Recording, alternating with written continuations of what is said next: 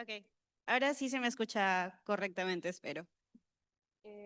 Creo que tenemos poco tiempo, hasta las 11 más o menos, entonces vamos a ir por unas pautas más generales. El día de hoy, el día de hoy me complace presentarles el título de ciberprotección, dado que ya estamos en una era, como bien lo ha mencionado el doctor Jiménez y el doctor Schwamas posterior a ello, en la cual estamos aumentando la calidad de datos en el mundo digital. Cada uno de nosotros tiene su servidor, su computadora, y ahí vamos día con día sumando proyectos, sumando investigaciones de datos genómicos, de datos poblacionales, de datos en investigación en salud. Vamos a ver la importancia de lo que es saber sobre ciberseguridad y sobre todo saber sobre gobernanza de datos. Es decir, actualmente lo hemos venido practicando de forma muy empírica, sin embargo, hay otras regiones como Europa y Estados Unidos donde ya la gobernanza de datos está bastante eh, adiestrada, por decirlo así, para que ellos no tengan el problema que actualmente estamos viendo incluso en nuestras instituciones más grandes, ¿cierto? Entonces, lleva la pregunta de, ¿por qué la ciberprotección es crítica hoy? Y nos ponemos a pensar, ay, no sé si puedo sacar. Ok. Ok, y nos podemos a pensar en los distintos ciberataques, hacks que han habido últimamente, incluso el MINSA ha tenido ahora último un, una filtración de datos y eso nos lleva a pensar sobre lo vulnerable que está nuestro sistema. Y no solamente a nivel de salud, sino también a nivel financiero. Entonces, tenemos que dar un paso más adelante, dado que hasta ahora, gracias a Dios, creo que no han habido reportes de filtraciones de datos en ensayos clínicos, al menos no en nuestro país, en ensayos clínicos o en ensayos poblacionales, dado que algunos de estos estudios por distintas reglamentaciones, sea IPA o sea GRPD en Europa, les han pedido ciertos gestores de datos a los proyectos para que estos puedan tener cierta salvedad. Entonces, desde COVID, si bien es cierto, estábamos entrando a la digitalización, empezó a haber una masividad de datos digitales. Es decir, dado que ya la presencialidad, ya que no podía hacer mi papel, ya que la mayoría de proyectos pasaron a un Forms o a un sistema de captura de datos electrónico. Por ejemplo, ahora en Cayetano trabajamos mucho con RedCap, dado que nos da esta seguridad. Eh, Hemos tenido todo ello. Entonces, deberíamos pensar un poco más sobre la gobernanza de datos. ¿Cómo podría ayudarnos a que estos datos no sean filtrados, a cómo estos datos pueden permanecer seguros? Dado que todos los estudios que ustedes vienen trabajando, ustedes saben perfectamente que tiene un valor, ¿cierto? Cuando van, postulan a los grants, postulan a distintos tipos de financiamiento, su data, el valor, el outcome que ustedes tienen, tiene un valor. Entonces, sería muy triste que alguien, un ingeniero informático o una persona que sepa mucho de programación, venga y de un día para otro se lleve toda la información, en el peor de los casos. Entonces, nosotros tenemos ciberprotección y gobernanza de datos.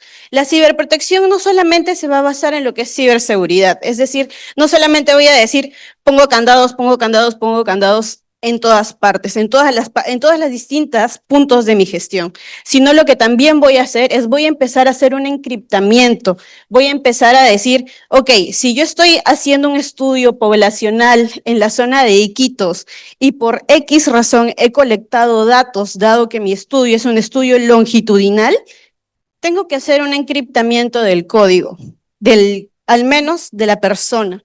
¿Para qué? Para que posteriormente no venga fulanito y encuentre todo y lo pueda publicar. Al menos aquí en Perú tenemos que empezar a tener estas prácticas viables para que los colectores de campo solamente puedan identificar a la persona por código y ya no por nombre. No decirle, María Mercedes, ¿es usted? O así ir poniendo más trabas para que no pueda ser tan fácil para un tercero vulnerar nuestra información. Y esto se va a reflejar con distintos tipos. Por ejemplo, en gobernanza tenemos varias políticas, inclusive Nosotros vamos a tener más adelante, les voy a mostrar un curso que está de libre disponibilidad para que lo puedan ir viendo y lo puedan ir revisando. Pero tenemos distintas etapas, como les había dicho. Si bien es cierto, mi estudio se encarga de hacer un secuenciamiento genómico en tal población, ese vendría a ser mi outcome mayor, ¿no? Eso yo vendría a tenerlo como él dice, como en mi dato genómico mayor. Sin embargo, dentro de mi nivel o de mi análisis crítico, yo no solamente tengo mi dato genómico o mi resultado del estudio como dato mayor, sino también tengo datos sensibles que puedan estar anexos a ellos. ¿Qué datos sensibles? El más práctico. Uno puede ser el DNI acá en Perú, otro puede ser los nombres, la edad, cosas que puedan identificar. IPA tiene un listado de 19 registros con los cuales yo podría identificar a una persona y podría vulnerar su protección de datos. Y por último, también tenemos a los diseños experimentales, que en sí abarca todas las metodologías que uno pueda crear durante nuestra investigación o durante nuestros estudios. Luego tenemos cosas que siguen siendo importantes, pero bajan un poco más el escalón, que son los sistemas de gestión. Es decir, lo que estábamos hablando previamente, cómo yo estoy organizando mis datos, en qué nivel, en qué rubro lo estoy poniendo.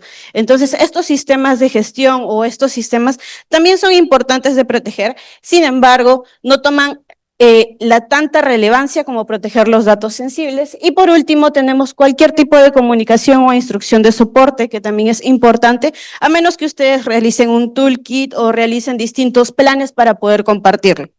¿Ok?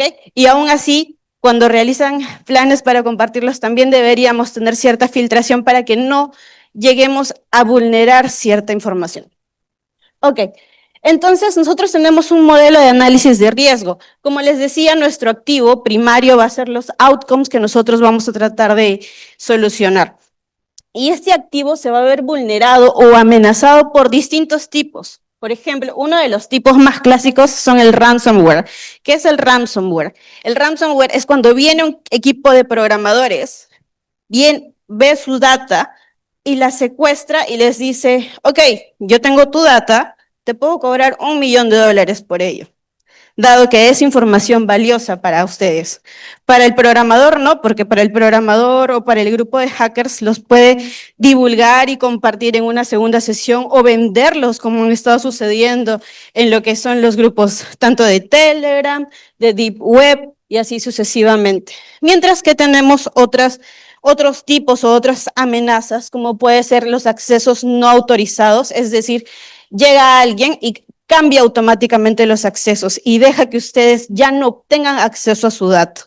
Y por último también tenemos el spear phishing, que es el más común, que tal vez no sé si ya a ustedes les ha pasado, pero es una de las formas o una de las amenazas más comunes que se están viendo ahora en día. Es decir, les llega un mail, ustedes dan clic, o les llega un correo, ustedes dan clic y automáticamente sus credenciales, sus passwords, todo aquello que ustedes estaban teniendo, que les daba cierto acceso, dado que ustedes o eran trabajadores de campo, o dado que ustedes eran coordinadores, o dado que ustedes eran secuenciadores, lo puede tener el grupo de hackers. Entonces, hay que tener bastante seguridad. Creo que Cayetano tiene bastante seguridad en ese aspecto, como para decir que no demos clic, no tratemos de utilizar solamente correos seguros, correos que tengan inclusive antivirus o anti-fear o anti-phishing. Entonces, eso nos puede ayudar. ¿Y el impacto cuál sería de todo esto? Nuestra pérdida de data, la interrupción de nuestro proyecto. Al final, veríamos bastante comprometida la integridad, porque inclusive si nosotros llegamos a perder los datos, ¿qué es lo peor que puede pasar? Que un tercero malintencionado venga y diga, ¿sabe qué? La efectividad de su ensayo clínico es baja, le voy a cambiar los números y bajamos la efectividad del ensayo clínico. Entonces, hay que tener bastante cuidado. Ahora en adelante el mundo está cambiando y cada vez lo está haciendo de forma más masiva, y si no tomamos la importancia de vida, podemos perder muchas de las cosas que hemos ganado, ¿no? Entonces, hay que poner objetivos de mitigación. ¿Cómo podría ser? Es decir, si yo tengo trabajadores de campo que solamente van a ir a colectar datos sociodemográficos para ver quiénes pueden ser mi público objetivo o mi objetivo de estudio, solamente darle acceso a ellos, solamente darle acceso a ese punto, nadie más. Inclusive el investigador principal no tendría que ver, porque si no solamente tendría que ver la cuantificación o un dato resumido. Entonces, con esto me refiero a tener un sistema escalonado, es decir, no brindarle acceso a todos sobre todo. Es lo peor que podemos hacer en una gestión de datos. Ok, y como les comentaba, este es uno de los cursos que es el ciclo de la vida de los datos, que me parece un curso bastante interesante, lo pueden encontrar en THN, que es la Global Health Network. Es de libre disponibilidad, así que si tienen de 45 a 60 minutos libres, lo pueden ver y tiene certificación por si acaso. Entonces tenemos estos 8 principios biomédicos que son del Reglamento General de Protección de Datos, que justamente es de la Unión Europea, se estableció en 2018, si mal no recuerdo, la última actualización fue en el 2018, donde van a tratar de proteger, todo este conjunto va a tratar de proteger a los datos. Es decir, ellos se dicen, si bien es cierto, puedes tener un proyecto gigante con un montón de variables, ellos te dicen, trata de copar los mínimos posibles, trata de no sobreextenderte. Uno, también cansas al entrevistador o cansas a las personas, y también puedes vulnerar, dado que tener tantas variables te hace sopesar cuál es la importante, ¿no? Pierdes el foco de tu estudio. Entonces, estos 7 principios son bastante importantes y son muy relacionados a la propuesta de investigación que estamos teniendo. Luego tenemos, dentro de las medidas de gestión de datos, que era lo que les comentaba. Si yo tengo mis datos sensibles, automáticamente estos datos los verifico, los mapeo, los rastreo, digo, estos 8 campos son los datos sensibles y automáticamente los encripto. Es decir, los codifico y los encripto. Y así como los codifico y los encripto, debo tener dentro de mi proposal, debo tener, si es que en algún momento los tengo que desencriptar por algún motivo en específico. Es decir, no a todos los datos deberían ser desencriptables. Una vez que estén encriptados y una vez que estén codificados, no deberían ser desencriptados. Por segunda parte, tenemos el almacenamiento y el acceso seguro, que era lo que les decía. ¿Dónde estoy guardando mis datos? ¿Los estoy guardando en una nube? ¿Los estoy guardando en un almacenamiento local? ¿Los estoy guardando en algún lugar en específico? Es muy importante considerar dónde estoy guardando, dónde estoy almacenando la base de datos final o incluso las bases de datos que se están dando mientras están en la recolección de datos. Y por último, recuerden que todos los estudios están prácticamente, si van a estar relacionados con personas, van a tener un acuerdo legal. El consentimiento informado al final del día es un acuerdo legal. Es donde el paciente le dice, donde el participante le dice, ok, yo estoy confiando en ti para que tú tengas mi dato, y ahora en adelante, y he visto muchos últimos estudios que dicen uso futuro de datos. Entonces, no es tan solo para un punto de corte, sino es para todos los estudios posteriores que se vengan. Entonces, si nosotros no tomamos las precauciones, podemos ver vulnerada esa confianza que tiene al final del día el participante con nosotros. Por último, bueno, una de las últimas diapos. Nosotros tenemos distintos componentes dentro de la política institucional. Esta política tiene que ser transparente, tiene que decirnos cómo estamos haciendo esta gestión de datos. Algo muy importante dentro, o algo que vamos a concluir al final, es que todo este mapeo, si bien es cierto, no estamos diciendo fulanito de tal, pero sí tiene que ser una documentación transparente. Tenemos que decir cómo estamos terminando archivando estos datos, dónde se encuentra cada uno de ellos, quiénes tienen acceso a ellos. Entonces, todo esto debería estar dentro de estas políticas que deberíamos tener como institución, ¿ok? Y las amenazas que hemos visto, lo que les comentaba, prácticamente en el año 2019 nosotros tuvimos una filtración de datos dentro de uno de los ensayos clínicos, tomando en cuenta que esa filtración de datos fue prácticamente, incluso hasta cierto punto, un poco malintencionada, o sea, fue manipulada. Entonces, hay que tener en consideración que yo puedo hacer un análisis, y eso lo sabrán muchos que hacen análisis de datos, yo puedo hacer un análisis de un estudio e inclusive puedo replicar el análisis de otro estudio. Y si ajusto por una covariable, automáticamente el análisis me sale distinto. Y si ajusto por otra covariable, me sale distinto. Y así sucesivamente. Entonces, a veces suele suceder que se filtra esta información y no hacen el análisis como el investigador lo había propuesto. El investigador decía, ok, yo veo que por el modelo epidemiológico, tal vez solamente sexo y edad puedan influir en mi estudio. Sin embargo, la persona que tal vez no lo hace con las mejores intenciones, agarra todo este set de datos y mezcla papas con camotes y termina dando otro resultado, diciendo, ven, les dije, este resultado es menor a lo que estaban publicando. Entonces, la intencionalidad de esta filtración de datos algunas veces es de esa forma. Entonces, todo esto nos lleva a lo mismo. Nosotros tenemos que cuidar los datos del participante, los datos de las personas que nos han brindado sus muestras, los datos de aquello que tanto nos ha costado conseguir, porque ustedes más que nada deben saber cuánto cuesta un financiamiento, cuánto cuesta sostener un proyecto, cuántas personas involucradas están en el medio. Y si nosotros no cuidamos todo esto, podemos tener un impacto bastante fuerte como la desconfianza en la investigación. Tanto nos ha costado ir construyendo esta confianza con todas las personas en distintas regiones del país como para que la perdamos. Entonces, lo que suele suceder es, ok, yo tengo mi estudio, hice mi estudio, generé una gigante base de datos, pero el segundo paso que trata de dar todo el mundo es los datos abiertos. Quiero pasar de tener yo solo mi set de datos, compartir lo que estoy publicando y ahora quiero tener mis datos abiertos. Pero para que comparta estos datos, también debería haber una regulación. Y ahí es donde entran los comités de accesos a datos, ¿no? Estos comités de accesos a datos verifican que el set de datos que tú tengas esté efectivamente documentado, cómo has llegado a este set de datos, cómo lo has encriptado, cómo te has asegurado que no sea identificable la persona y así sucesivamente. Eso actualmente se está dando mucho e inclusive he podido anexar una de las bases de datos genómicas que están en EGA, que es el European Genomic Access, si es que mal no recuerdo. Ustedes ahí sabrán mucho más que yo.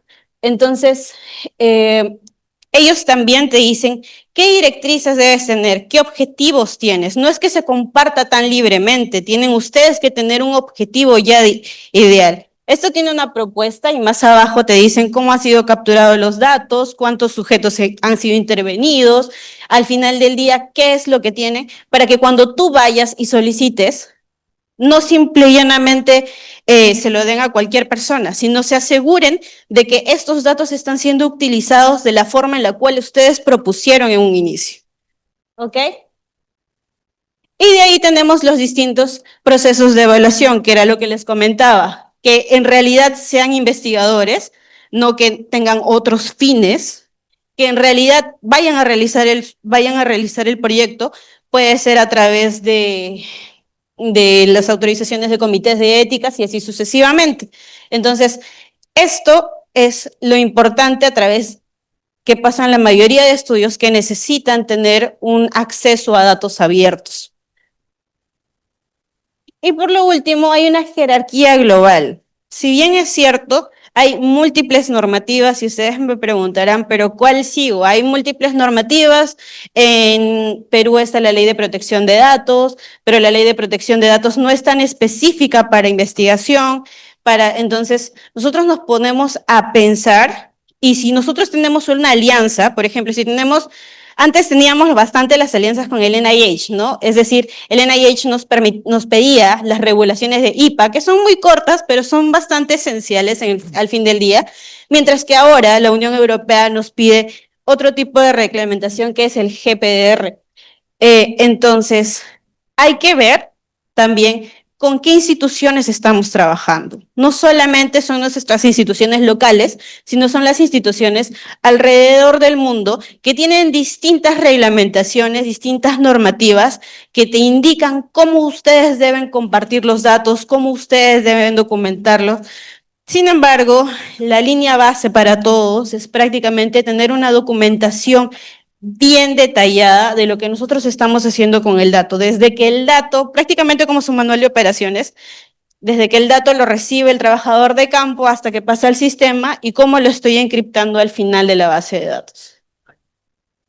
Entonces, tenemos 4 conclusiones. La ciberprotección o la ciberseguridad no requiere solamente de cerrar candados, sino también por qué lo estoy haciendo y cómo estoy dando esta gobernanza de datos. ¿Ok? Luego, necesitamos un cumplimiento regulatorio, es decir, nos tenemos que basar en una normativa, tenemos que decir, estoy basándome en la normativa de IPA en Estados Unidos, me estoy basando en la normativa de GPDR en lo que es Europa, o así sucesivamente. Y para lo que son ciencia abierta o para lo que son datos abiertos, nosotros tenemos los comités de datos, ¿no? Entonces, tendríamos que nuestros datos o nuestras bases de datos pasar por esto. Como les comenté y les dije desde que se los mencioné, la documentación de qué estamos haciendo, de los pasos que estamos realizando dentro de nuestra investigación es esencial. Creo que se ve desde los manuales de procedimiento hasta los manuales o planes de manejo de datos.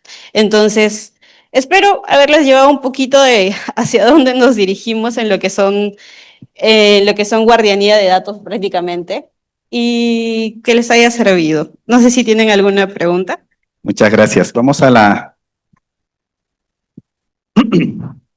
las preguntas. A ver, acá. Buenos días. Siempre se decía que uno, cuando le llegaban archivos al correo, que si eran ejecutables y no eran de confianza, obviamente, uno no los debía abrir. Pero he escuchado, no sé si es cierto ello, de que inclusive están viniendo archivos maliciosos en archivos, por ejemplo, PDF o doc. Sí, actualmente hay muchos archivos que no necesariamente son ejecutables, sino pueden tener distintas extensiones. Entonces hay que tener cuidado con todo tipo, es decir, tienes que ver de quién es el archivo, no necesariamente vas a abrir cualquier correo que te estén enviando, sino tienes que ver específicamente de quién procede el correo, ¿ok? Y una buena alternativa es tener estos antivirus o estos antivirus que tienen el soporte de phishing, ¿sí? ¿Alguna otra pregunta? Sí, buenas tardes. Primero, quiero agradecerle por su brillante exposición, doctora. Mi pregunta, quisiera saber sobre los datos. La mayoría de los datos son bastante grandes. Asumo que lo guardará en una gestión de datos tipo SQL, ¿no? Para encriptar esos datos, ¿usan un protocolo en específico? Esa es mi primera pregunta. Y la segunda que va ligada a esa es, en caso que sean datos pequeños, entre comillas, y lo puede gestionar por SQL, ¿cómo hacen para trabajar los datos de imagen de resonancia? Usted, como he escuchado, trabaja en Mogrovejo, creo, ¿no? Hay imágenes de resonancia y ¿cómo hacen para encriptar esas imágenes del, del cerebro? Ya. Te respondo más rápido lo de las imágenes. Lo de las imágenes sometemos a hacer backups periódicos. Sin embargo, estos backups los guardamos, los reservamos en otra zona de nuestro servidor local y ese es nuestro punto de seguridad dado que tiene un encriptamiento allí.